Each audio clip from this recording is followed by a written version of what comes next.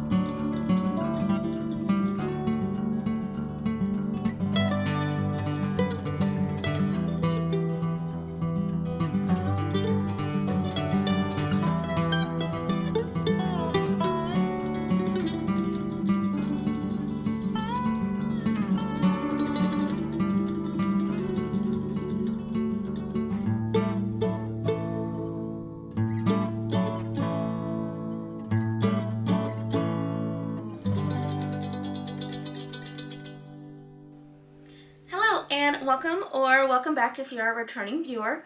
If you are new here, my name is Mia and I am the maker behind Knit and Grace. And today I bring you my third sewing dedicated podcast episode of the channel. And so yeah, we're gonna go ahead and jump right in. I have quite a few things to show you all today.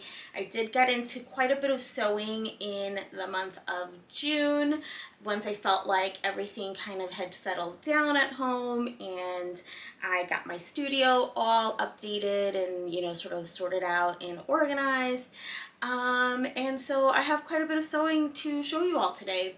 So if you are not here for the sewing content and you are only here for the knitting content, I will see you next week for a regular knitting episode of the podcast.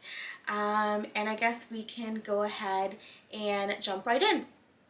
So the same way as with my last two episodes of, sort of the sewing podcast, it's going to be the same kind of format as my knitting podcast, more or less, where I show you my recently finished objects, anything that I'm currently working on, and any acquisitions that I have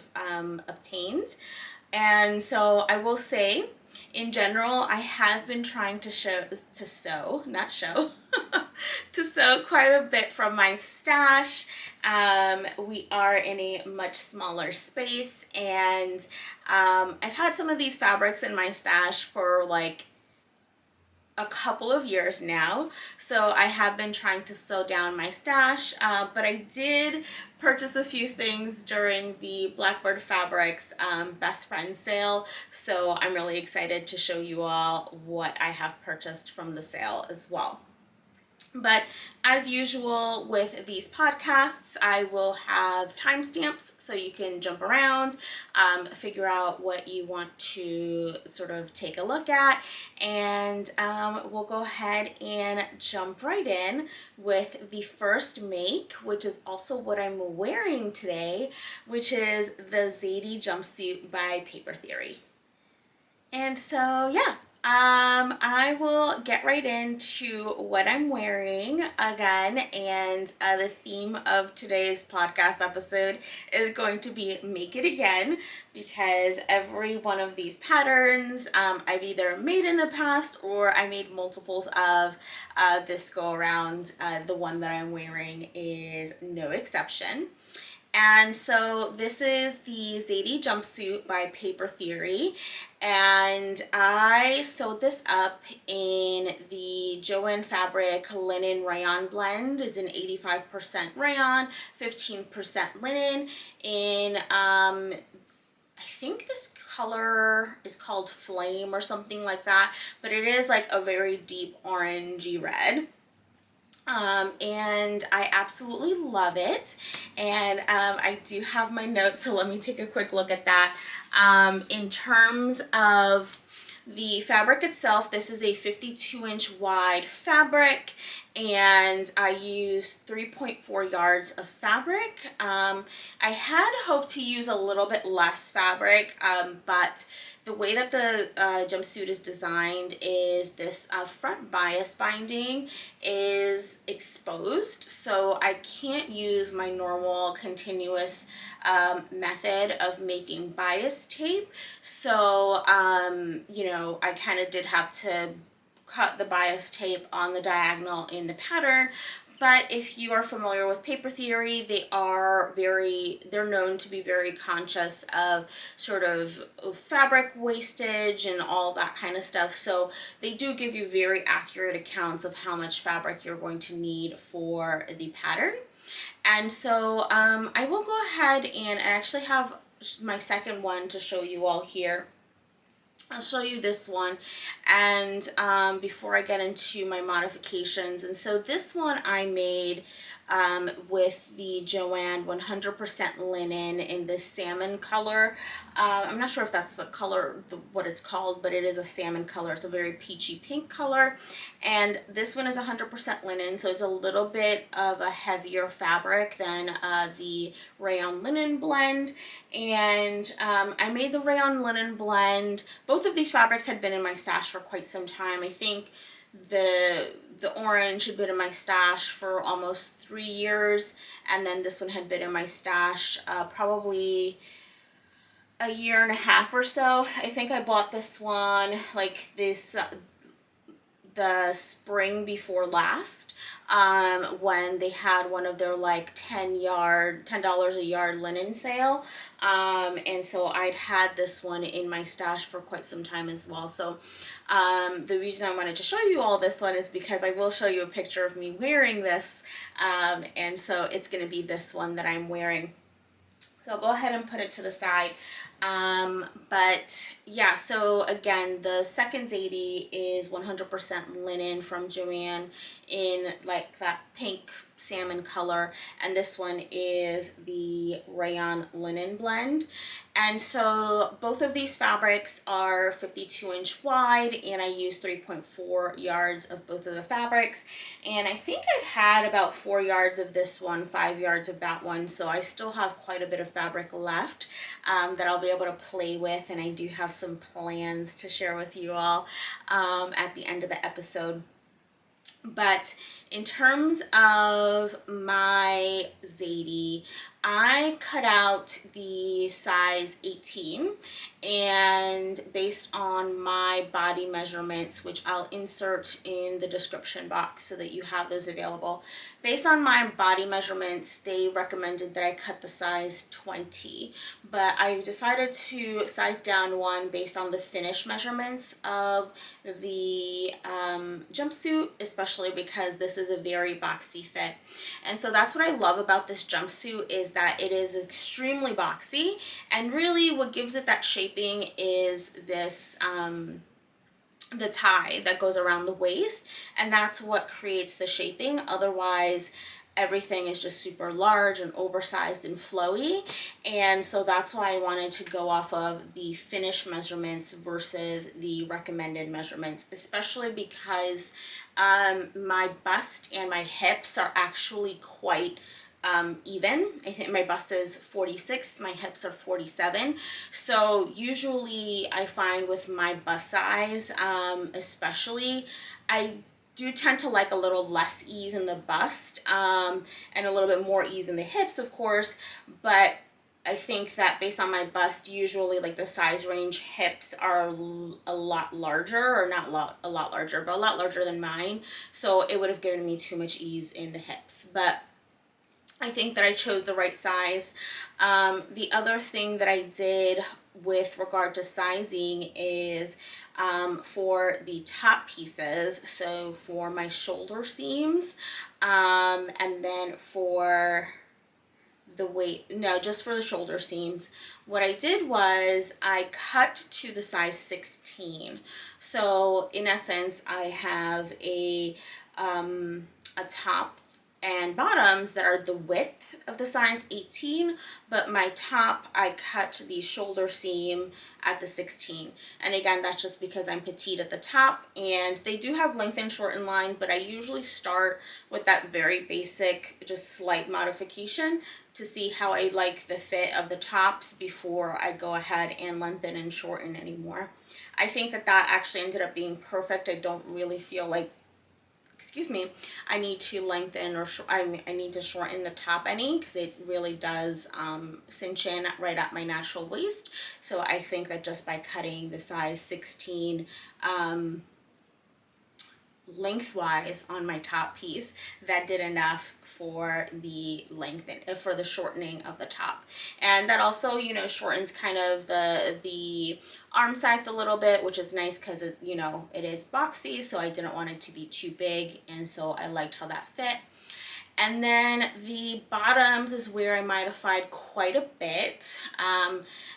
Luckily, and I really love this about this pattern, they actually have length and shorten lines both at the top, so at the rise, as well as at the leg of the pattern. Sometimes pants patterns particularly, but especially in a jumpsuit, where I think depending on how much rise you need, you definitely have to work with it or play with that a little bit more.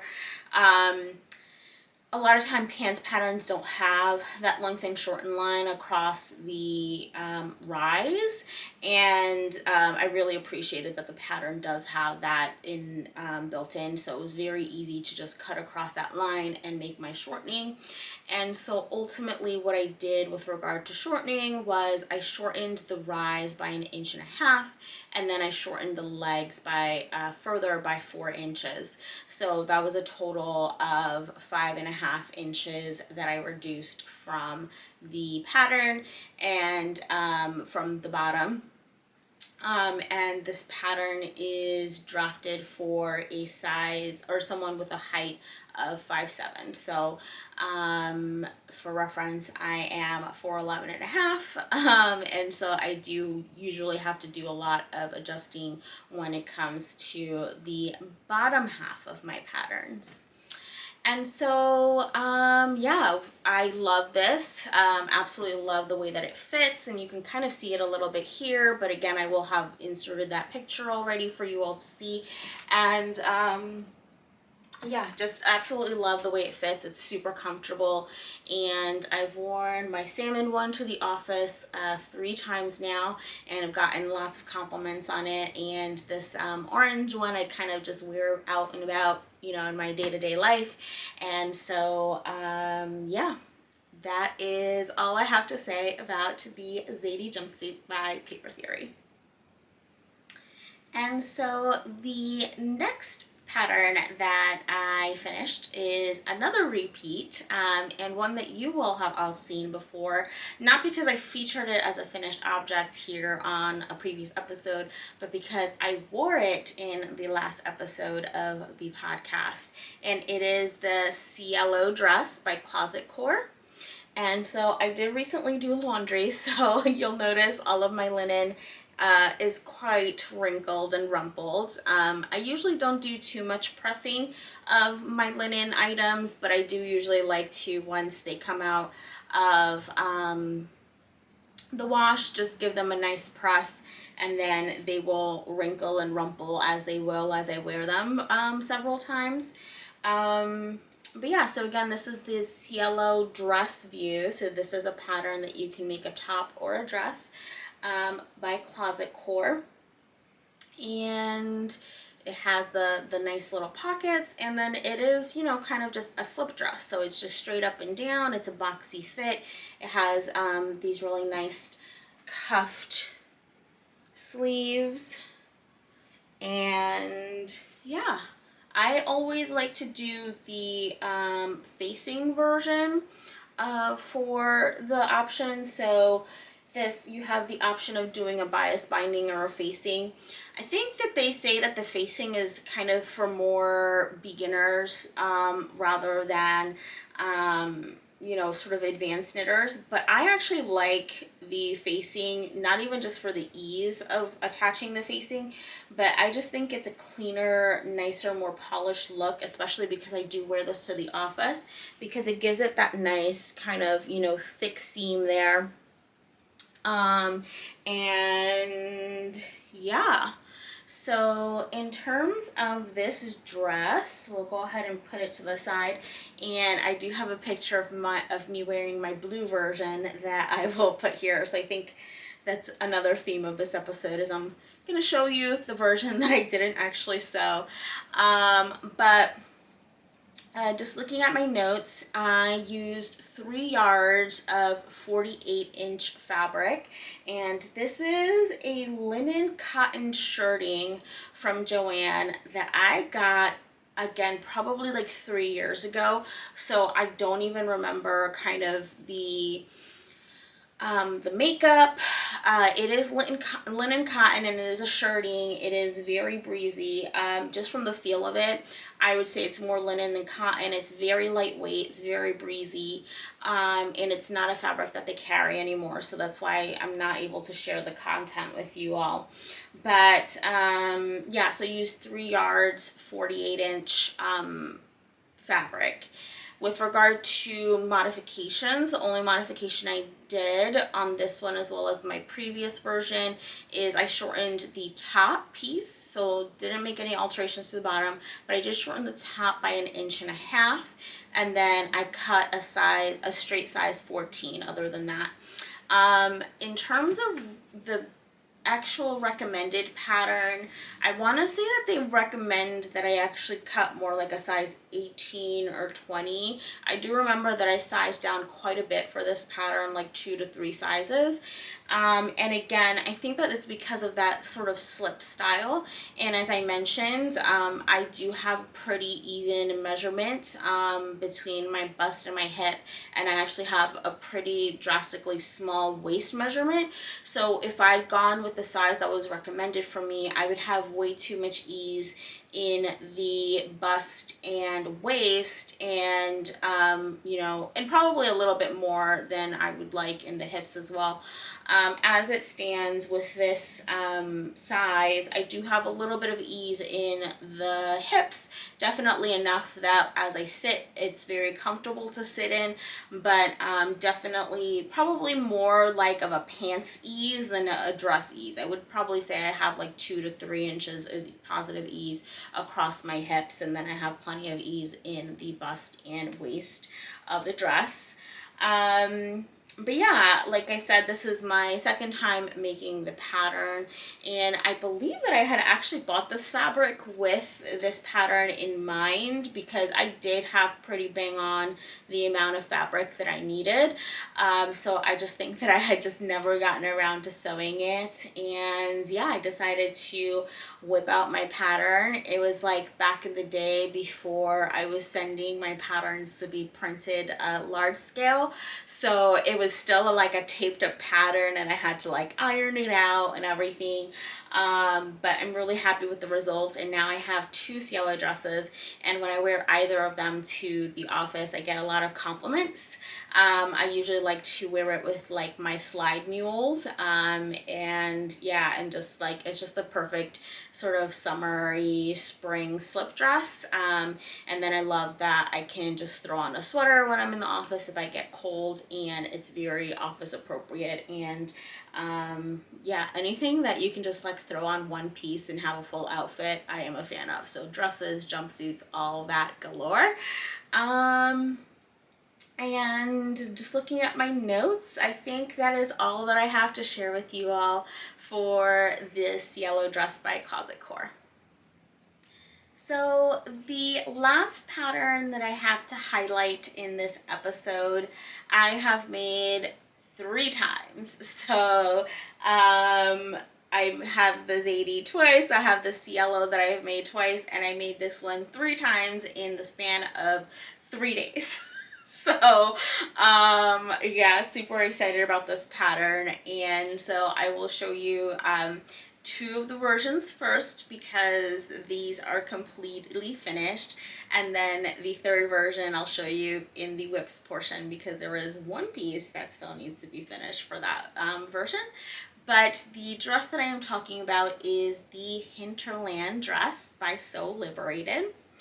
And so these are the two versions that I made right here. And so this is a 100% quilter's cotton from Joann Fabric. And this is a 100% brushed cotton also from Joann Fabrics.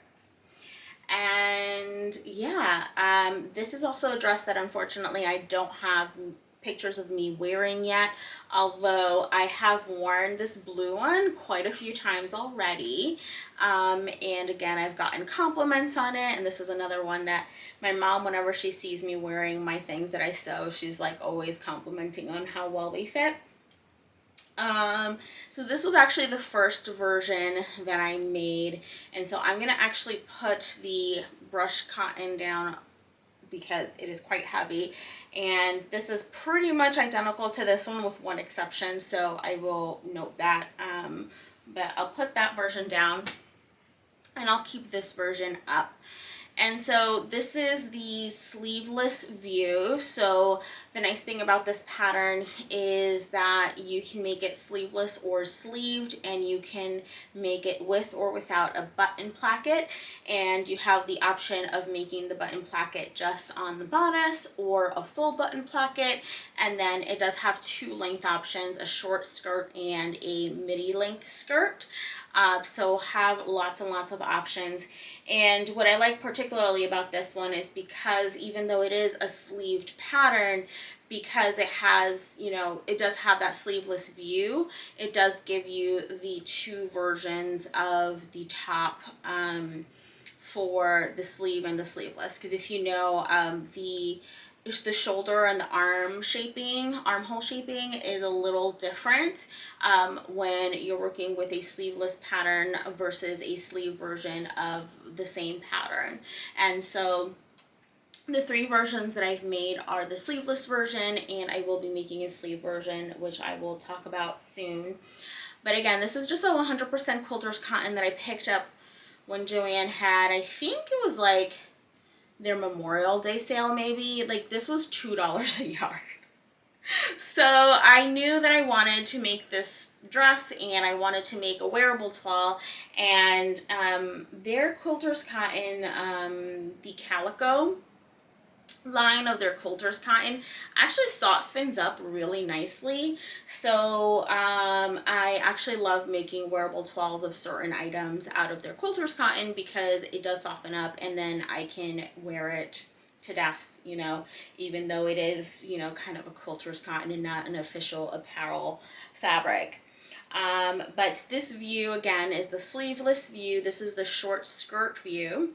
The dress does have inseam pockets in the pattern, and then this one I have my ties, so I did choose to make the ties for this one. And then that's the one difference between this version and the brushed cotton version, is that the brushed cotton version does not have ties, just because the brushed cotton is quite thick. So I didn't want to try to make those ties out of brushed cotton. It was going to be way too thick if I tried to do that.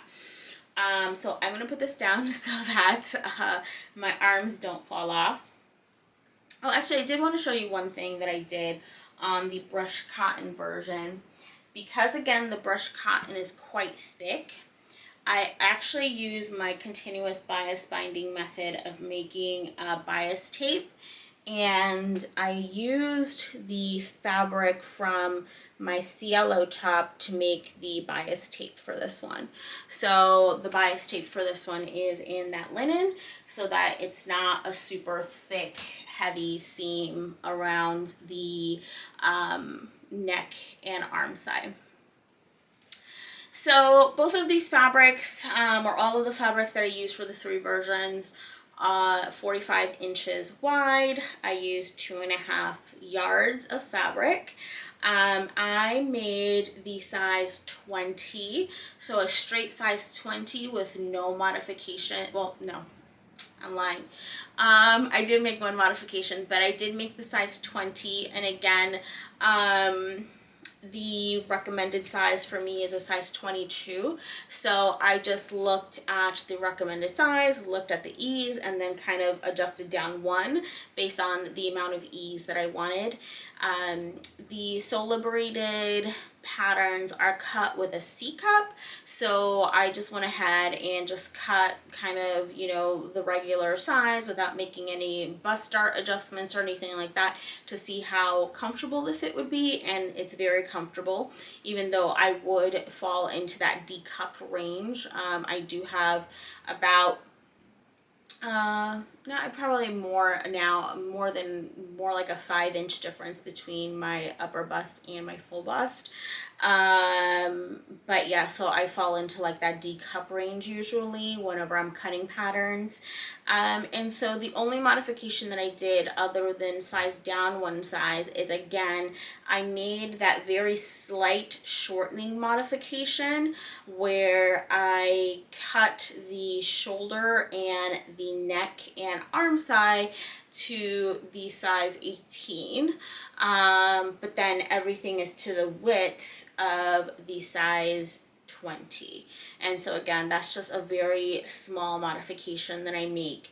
And if you were to look at how the patterns are graded, you would notice that it's actually not a very large shortening modification. And I don't do that because I mean it to be a shortening modification. The reason I do that is actually because in my upper body is pretty small. Like I have a short upper body, long legs, and so sometimes I do that very slight adjustment just to make sure that my arm side is actually fitting me right where I want it to be, and that I don't have any risk of having you know, the sides of my bra exposed. So usually I don't have any issues when it comes to like neckline or anything like that, but if I don't make that modification when it comes to shortening that arm side, even just slightly, and in some patterns I do need to adjust it quite a bit more, then that arm side is way too low because I do have a very shallow armhole depth. And so that is the one and only modification that I made. And yeah, for this one, I didn't even do any shortening of the skirt, which I was very surprised at. It hits me right where I want it to hit. And so yeah, very happy about that, and very happy about the fact that I can really eke out a Hinterland dress from very little fabric. So I feel like there's going to be quite a few more of these in my future. And so with that, we are going to move into the works in progress section. And there are going to be quite a few more works in progress than normal in a sewing podcast, I think. And that is, again, because of our new setup. I do have to do batch cutting when it comes to my sewing. So I do have to batch cut and then kind of batch sew because I have very limited space to do all my cutting and sewing and everything like that.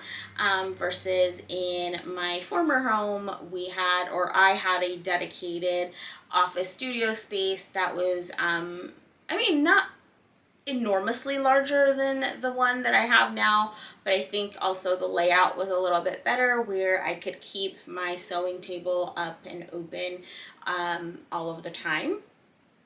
Also, now I'm sharing an office with my husband, so he has his like computer as well as my, you know, work things in there as well. So we're just limited on space. So there's a lot more batch cutting, so a lot more works in progress to show you this go around. But the first one that I'm going to show you is the one that I just talked about, which is the Hinterland dress. And the reason why this is a work in progress is because I chose to do the midi length for this one. So this is the longer version, still sleeveless, and I did do the ties. And then the difference is here, I decided to do a half placket, so just across the bust. And so right now it's actually just being pinned together with some straight pins. I'm not sure if you're even going to be able to see that on the camera. And so I need to sew on the buttons.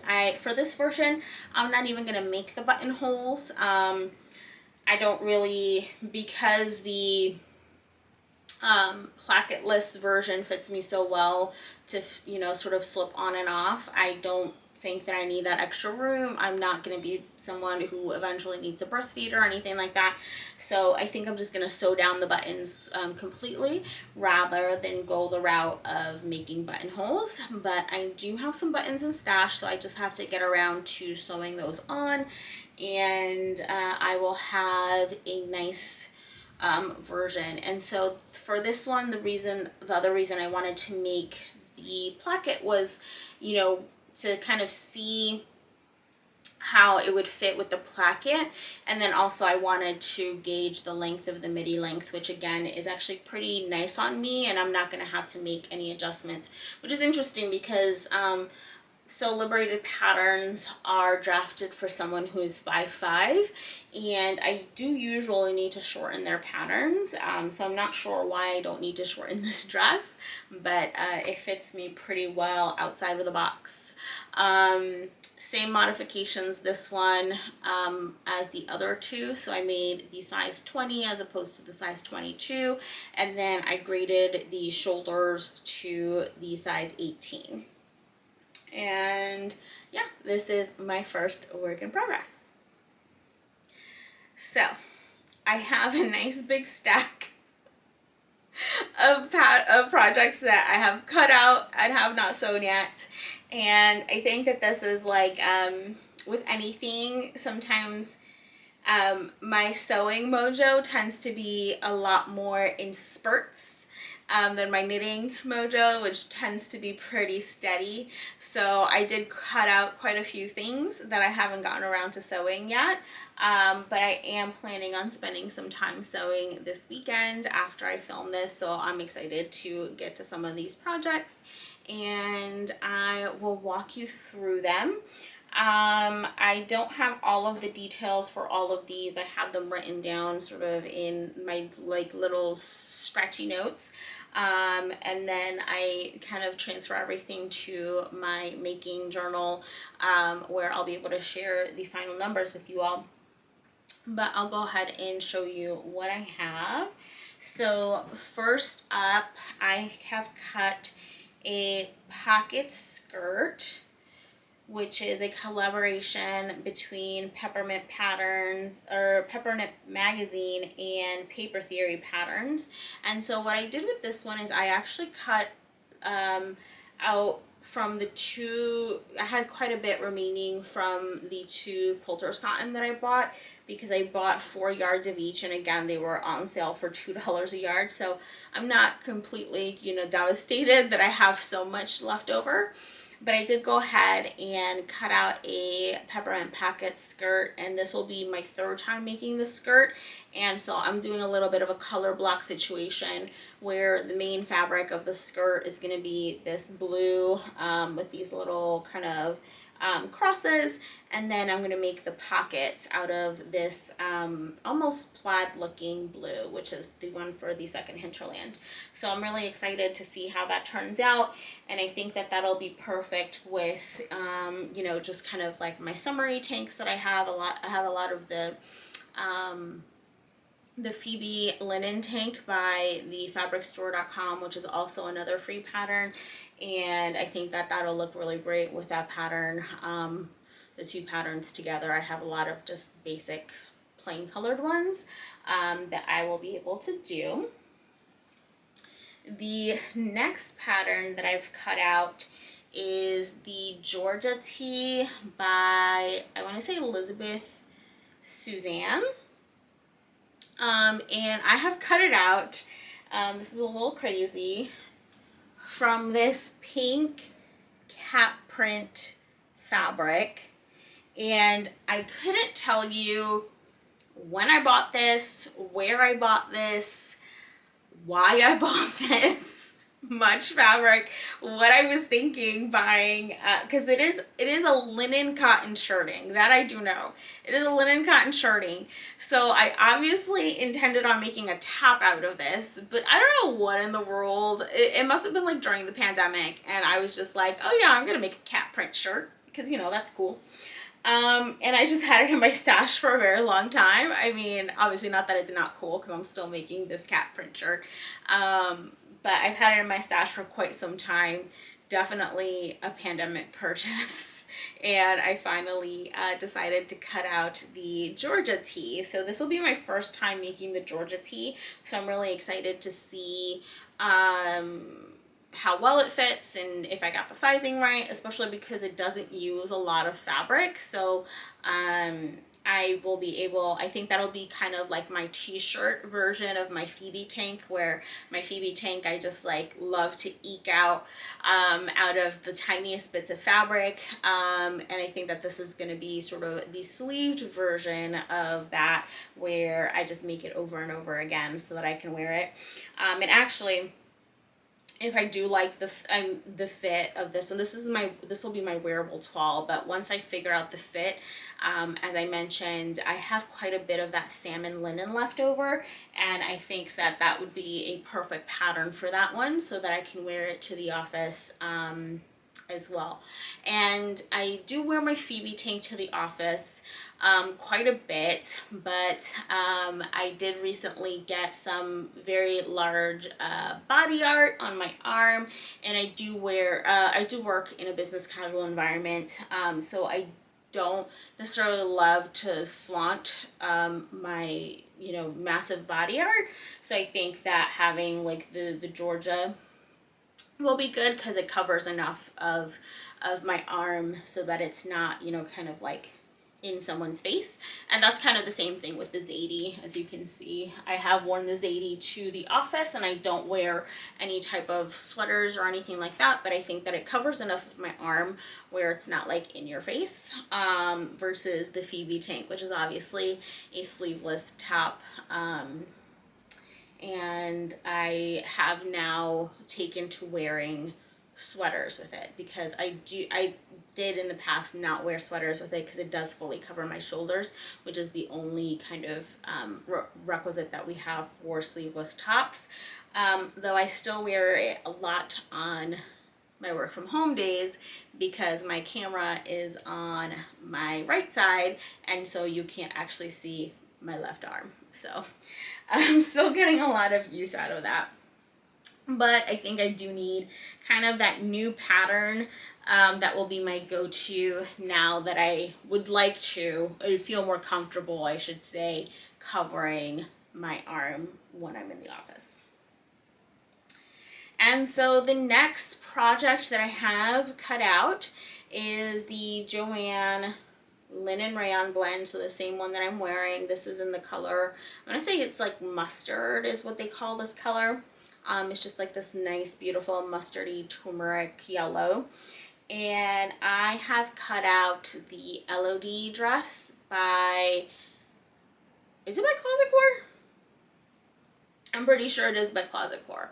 But I've cut out the LOD dress, and so this is just one that I need to get around to sewing up.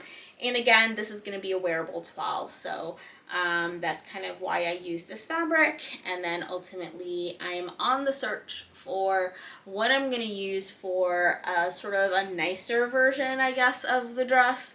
I did buy some fabric that I'll show you in a sec, that I had originally thought I would use for this, but I think it's a little bit too lightweight for this dress. So we will see. 2 more to go. The next pattern I have is the Joni top by So Liberated, and I've cut this out of some quilter's cotton. And I do have some cotton linen and some cotton shirting in my stash that I ultimately want to use for this top, but I didn't want to cut into my nice fabric, and I had this quilter's cotton in my stash for a while now. I don't remember. I bought this to make a toile of something else, but I don't remember what it was. And so I've had this in my stash for quite some time. And so what I plan on doing is making the Joni top and then just a pair of shorts and have this be a pair of summer pajamas. And so I've already cut out the top and I'm really excited to make that. And then we are on to the last item that I've cut out. And if you've watched my last episode, I believe, is when I shared this one. It may have been the first sewing episode, but this is fabric that I bought from Merchant & Mills last year for my birthday. I bought this fabric as well as their Liberty Plaid is what it's called. And so I had purchased just under 2 meters of this one, so 1.8 meters of this one, so it's about 2 yards of fabric in order to get free shipping. They had lowered their free shipping to I think 150 US, and then they were having a sale, and so I think that with the other linen it was just very shy of the amount, where the shipping from the UK is quite expensive. So the shipping from the UK ended up being the same amount as getting 2 yards of fabric. So of course I'm going to get 2 yards of fabric. Normally I'm not a proponent of buying more to get the free shipping, but in this case it worked out because it was like literally the shipping from the UK for the one project's worth of fabric that I got would have been $30, and obviously I was able to get 2 more yards of fabric for about that, so it ended up working out. And so this is a gingham linen, so this is 100% linen. It is a lightweight linen, and it's actually I don't know how well the camera is picking up, but it's actually pink and green. And I have cut out the Merchant & Mills Florence top from this fabric. Now, normally I would not cut straight into my almost $30 a yard fabric without making a wearable toile. But I kind of was just getting very ballsy the day that I was cutting, and I didn't have any other fabric in my stash that had like the equivalent drape, and I didn't want to make another kind of yellow linen something else that was yellow linen with the Joanne linen, which is the only linen that I have in my stash that is kind of a suitable drape. So I was just like, you know, I'm just gonna go for it. I kind of figured out the pattern, the size that I wanted to cut, and then what I did was I held up one of my other pattern pieces up to that size and determined that it was pretty much the same. So I was like, this is gonna be it. I know that that top fits me really well, so that means that this is the size that I'm gonna do, and I just cut into my $30 a yard fabric. So I really hope that this works out, because otherwise I'm going to be devastated that I have cut into my really expensive linen. But yeah, so what is that? That is 1, 2, 3, 4, 5, 6. So 5 cut out and 1 almost there, just the buttons need to go, works in progress. So quite a bit of sewing ahead of me. And you know, it's funny because I thought to myself, I don't have that much to share with everyone today, and we are at about 45 minutes, so I didn't share it with you all today until now. I just kind of thought it in my head because I was like, this is gonna be famous last words. As always, I always say that my episodes are gonna be short, and they never are. So yeah, now I'm just looking at my purchases from Blackbird Fabrics that I will share with you all. Okay, we are wrapping this up just in time because I just got a notification that my husband made a purchase at the liquor store, so he should be coming home any second now, so we can wrap this up while I still have quiet.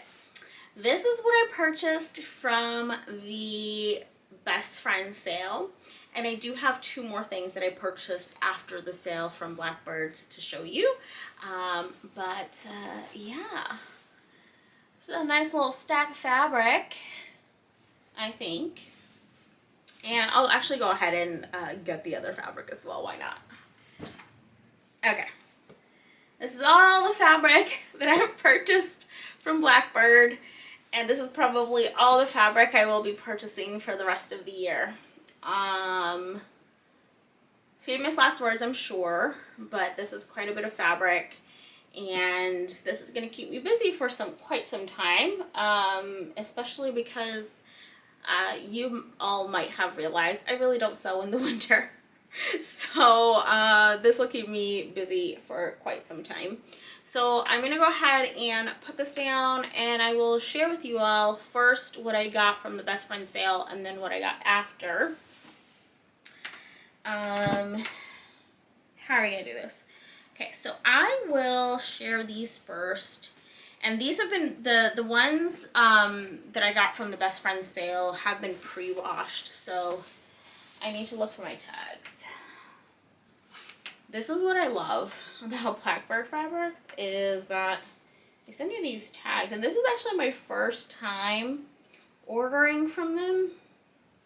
Yep, here we go. Okay. So first up, I have in my hands 2 cuts of fabric. Okay. And so this is their high-rise poly viscose twill suiting. It is 77% polyester, 18% viscose, and 5% spandex. It is 57 inches wide, or 144 centimeters. Machine wash, cool, hang to dry, iron low. I don't do any of that. I just put it in the washer, in the dryer, and whatever it does, it does. So for these 2, I bought 2.5 meters. Bought 2.5 meters each of these. So I think that's, you know, just shy of 3 yards. And I got it in the color Kale, which is this green color. And in the color Baked Clam, which is like this terracotta brown color. And so those are the 2 colors next to each other.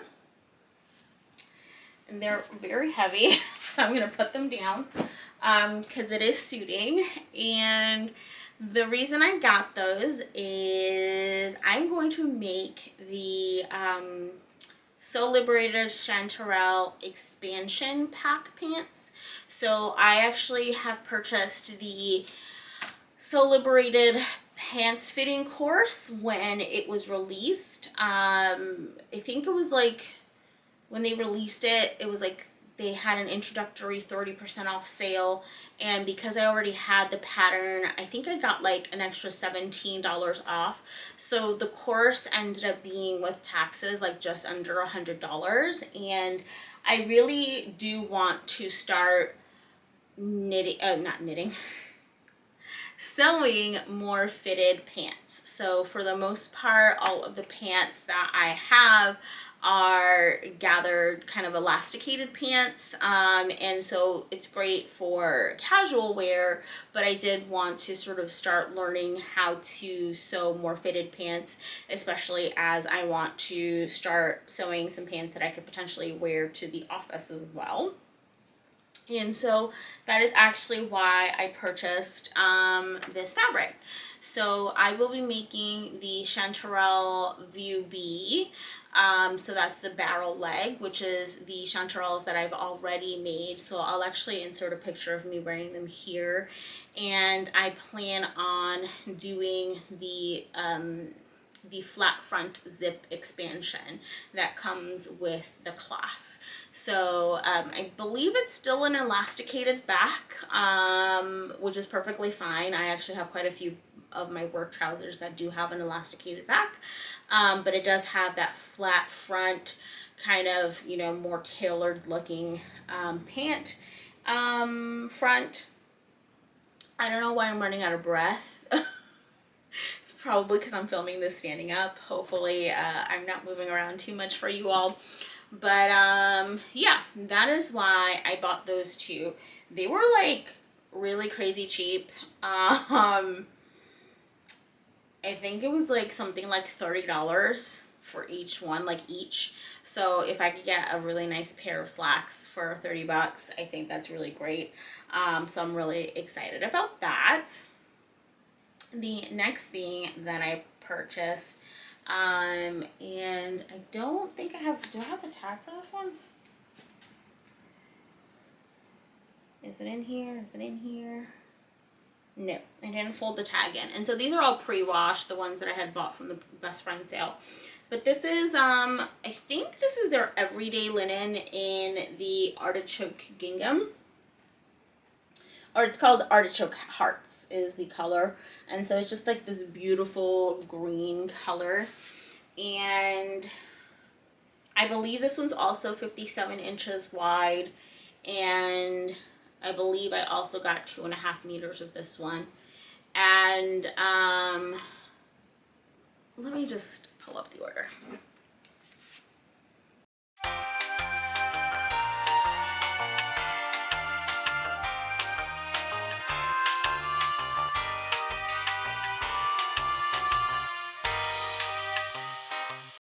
Okay, we're back.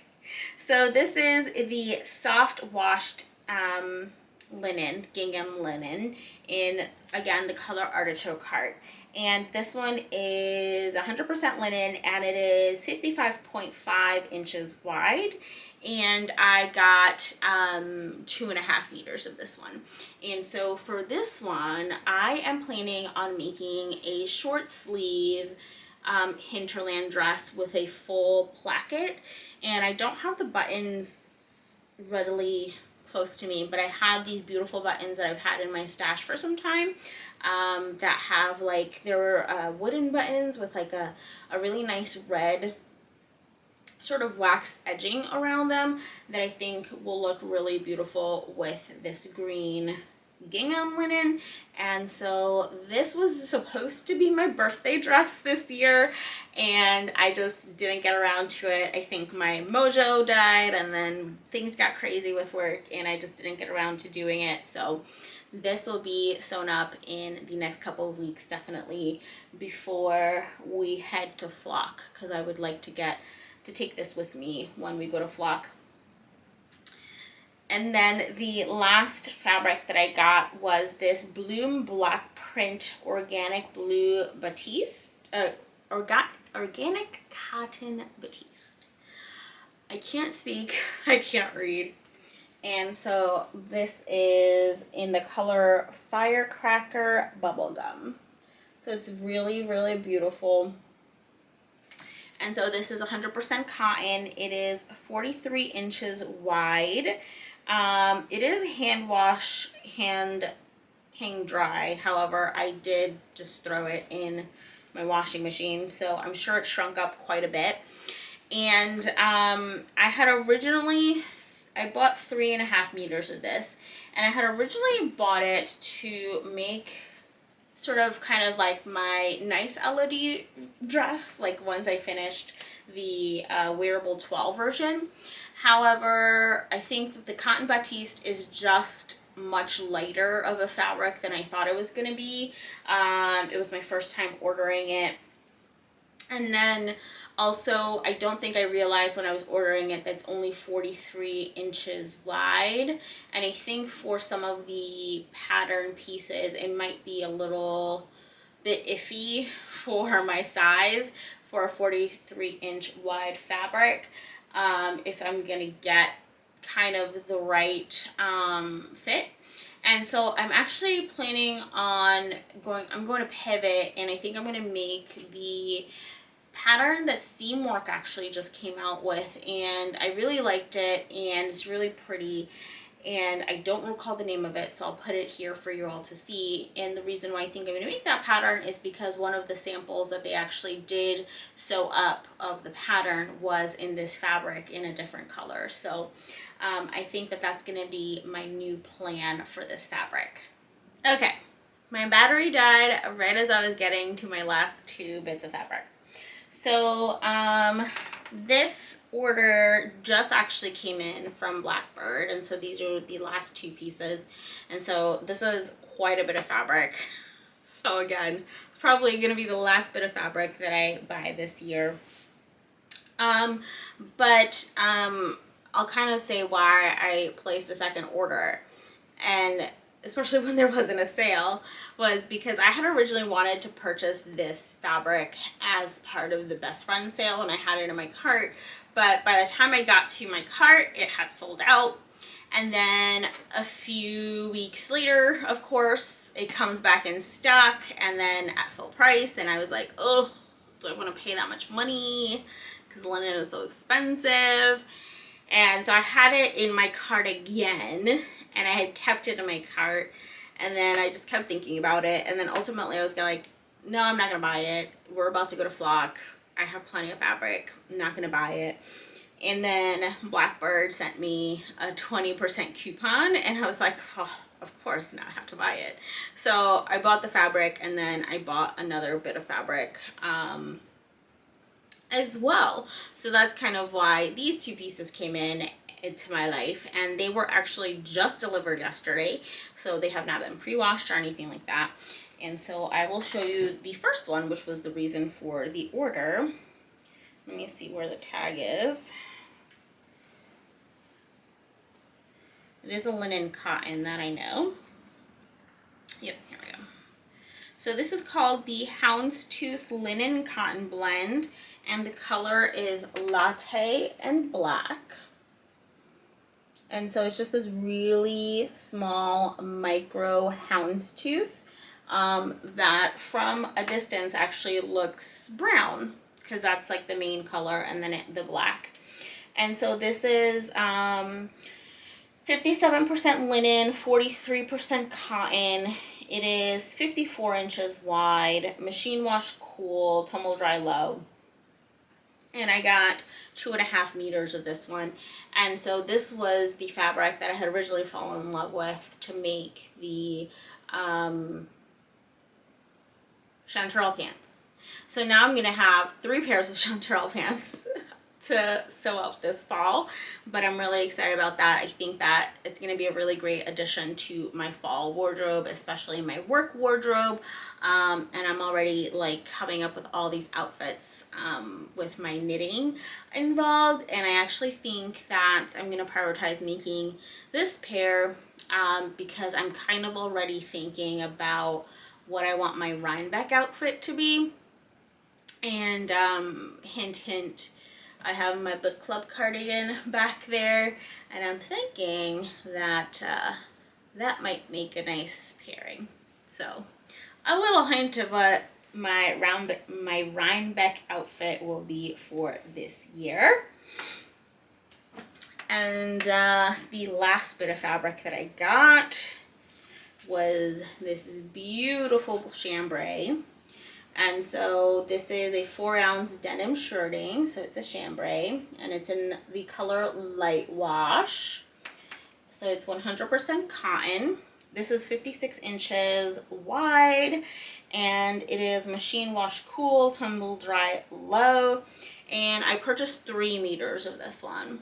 And so the plan for this is, if I like the fit of the Joni top, so as I mentioned, I do have some shirting in my stash already that I want to make like an actual shirt version of it, but I have dreams of hacking the dress, hacking the top into a dress.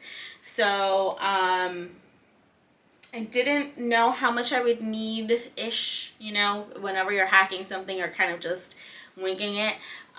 So I got 3 meters is what I'm estimating I should need with, you know, I kind of overshot it a little bit to make the top into a dress. So I would essentially shorten the bodice and then have a gathered skirt is what I'm thinking I'm gonna do. Originally I thought maybe I would make a circle skirt, but cutting out circle skirts is just so annoying and I don't want to have to do the fitting if I'm completely honest for the circle skirt. So I think I will do a gathered skirt, and then I don't know if I'll do a placket all the way down or just on the bodice yet, but that's kind of like what I have ruminating in the back of my head as to why I bought that fabric.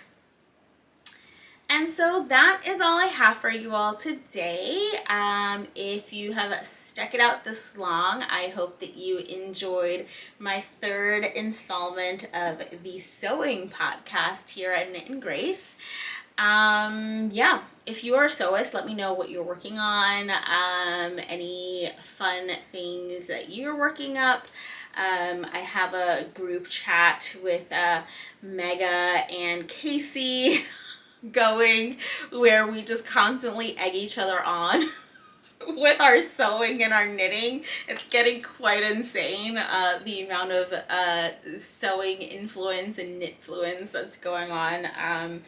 But yeah, just let me know what you're sewing, what you're knitting, whatever it is that you're doing while you're watching this episode. I hope that you enjoyed watching it. I will have another one of these toward the end of the summer. So in September is when I'm planning on having another one. So that'll be kind of, you know, everything that I made for the rest of the summer. And then I think that that's probably a good cadence for these is 2 a year. You know, again, I don't do a lot of sewing in the winter months. So I think, you know, showing you everything that I've made in the spring and then everything that I've made in the summer is probably a good cadence for me to put these out. And then again, I like doing this separated from the knitting podcast because I know that a lot of knitters don't want to view this content, and unfortunately it does hurt the performance of my knitting episodes if I have too much sewing in them. So I hope that you like seeing them split out. And then I think it's, you know, I also just like to be able to have like, you know, the timestamp so you can like jump around and all that kind of stuff. And I hope that, you know, the modifications that I'm making to a lot of these patterns is helpful to you all.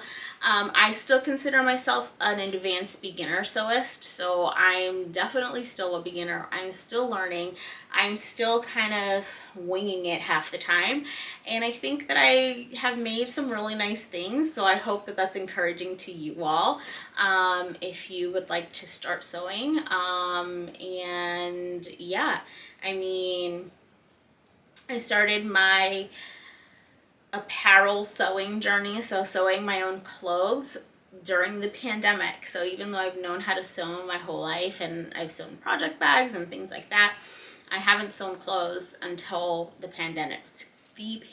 So, you know, I think that anyone can really, like anything, you know, when you're a beginner and you're willing to make mistakes, it's great. And sewing is a lot faster and seam ripping is a lot less painless, or a lot less painful, I should say, than tinking back when you've knit something and you have to rip back for 4 inches or something like that. You're losing a lot less time when you're seam ripping. At least that's how I feel. So hope that if you stuck around this long, you are able to do all the podcasty things. So if you haven't already, make sure to subscribe, give this episode a like, and leave me a comment down below if you want to share what you're up to today. As well as that, there's a few other ways that you can support the podcast in the description. However, just subscribing and liking these videos is plenty enough. And I will see you next week with a regular knitting episode of the podcast. I do have quite a bit of progress with some of my knitting that I'm really excited to share with you all. So until then, be sure to take care of yourselves, your loved ones, and each other. And I'll see you in the next one. Bye.